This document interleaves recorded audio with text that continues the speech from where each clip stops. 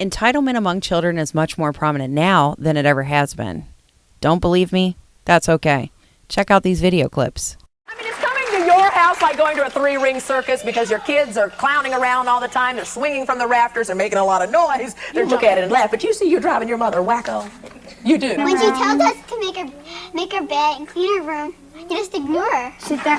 You know, all of us are probably a little guilty of spoiling little kids around their birthdays. You know, that's part of the fun of being a parent and a kid. Are we spoiling our kids by giving them too much? Are you taking them? Fine. A million times I wanted a blue car, Dad. Come on, Mackenzie.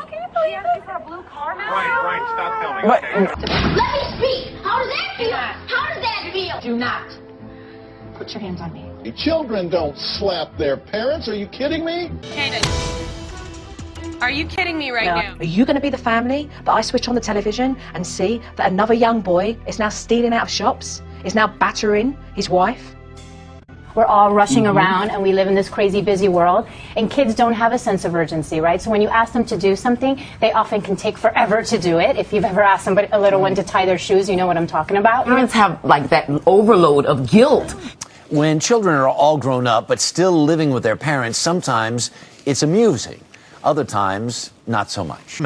According to the Pew Research Center, nearly 70% of grown children under 30 live with their parents. The ultimate goal of every parent is complete independence for your children, which means you should teach them what it takes to earn money, save money, invest their money. If you haven't done that, then your kid can't make it in the world and they come back and live at home. Now we're seeing those 27-year-olds who are really living off of their parents.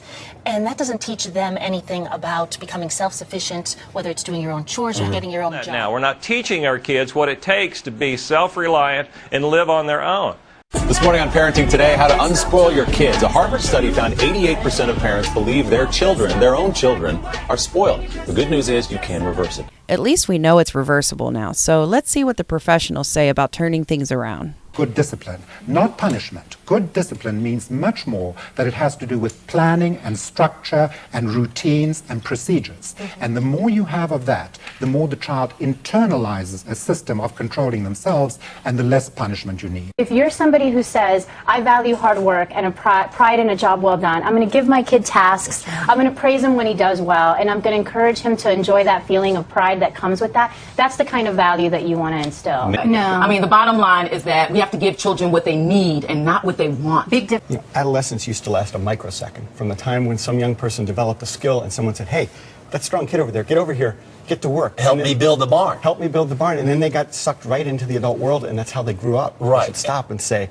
can I teach my teen to do this for him or herself? As opposed to doing it yourself. So we swoop in and we try to take over the whole thing just to get it done, but that's not really teaching them over the long term how to fend for themselves. Especially as kids get older, they think they're going to connect more and be able to, like, your kid's going to come to you more if they see you as their buddy, but that's not your role, you know, and then when you try to actually play the role of parent, as they grow, I think it's harder for them to see you in that role and give you the respect that you deserve. You know? And a lot of the parents I deal with, they don't want to be seen as the mean parent. Right. And really, it's not about being mean, it's about being responsible. But we also have gotten to the point that we don't honor the fact that earning money on your own is much more honorable than taking money from your parents or from the government. I mean, how do you deal with that? How do you say one word in a crowded place like a shopping mall and expect to have discipline? There's one other solution that hasn't been mentioned yet, and I'm sorry I don't have a video clip for this part, but at least I saved the best for last. So someone figured out how to do everything the parenting professionals suggested with what I believe to be a revolutionary system.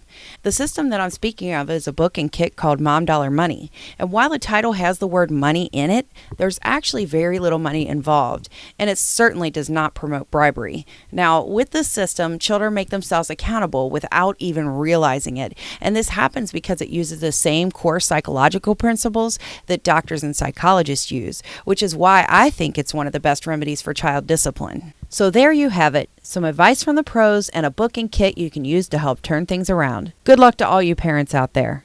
Thanks for watching.